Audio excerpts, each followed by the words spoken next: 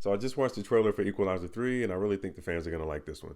The main character, Robert McCall, played by Denzel Washington, he's been struggling to find peace because of all the bad things he's done in the past. However, it gives him comfort knowing that he has the ability to help other people. And if you've seen the first two films, that's pretty much been his thing, helping others. Now, in the fight scenes and the cinematography, it looks similar, but I'm sure it's going to be good. I'm invested. I've already seen like the first two films on the big screen, so I'm looking forward to seeing this one. And I'll probably be there with my copy of The Old Man in the Sea. Yeah, I still have a copy from when I was in school. Now, the director of the film is Antoine Fuqua, and the film is starring Denzel Washington and Dakota Fanning.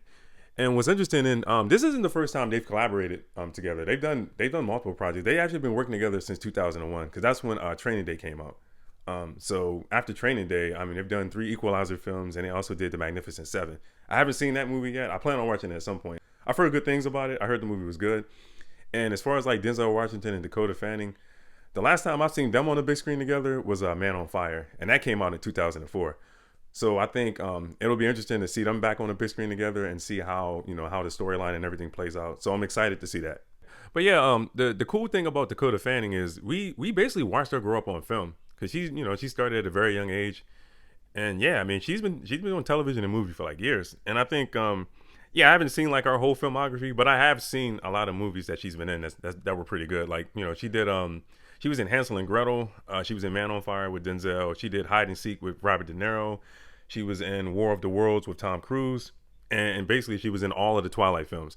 Yeah, she's been doing some good stuff over the years. So yeah, it's cool to see that she's still active. When you start making movies at a very young age, I mean, it's very common for actors to take breaks. So I just thought maybe she took a break from the business for a while. Because she's only 29 years old. So yeah, I just thought maybe she took a break. And I was online reading some articles about Denzel Washington. And for some reason, for years, people thought that he didn't like doing sequels. Not that he had a reputation for not wanting to do them. For some reason, that's what people thought. And then I came across this article and he was basically explaining himself. It was, I think it was an interview he was doing. So he was doing this interview and he's basically explaining it's not that I wouldn't do a sequel to a film. If I decide to do one, it would have to make sense just based on the character that I played in the film.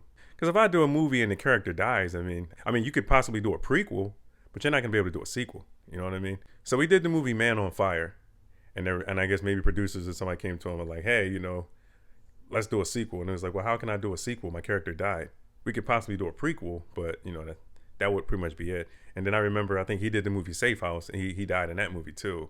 But the only other movie I could think of that he could potentially do a sequel to would probably be Inside Man. Based on the way that movie ended, they could have done a follow up to that picture. I mean, that one would have made sense. Not sure why he never did it, but it would have made sense. So after all these years, when he did the first Equalizer film, I think the first one came out in 2015. That one just made sense because it did well at the box office. A lot of people liked the movie. It's one of my favorite films. So yeah, see, that one just made sense. So that's when they decided to do part 2, and then they decided to do a third film. So we were lucky. So if you really think about it, we were lucky that we got a sequel. So we ended up getting 3 films. And a lot of people, I think initially a lot of people thought we were only going to just get that first one, and that was it.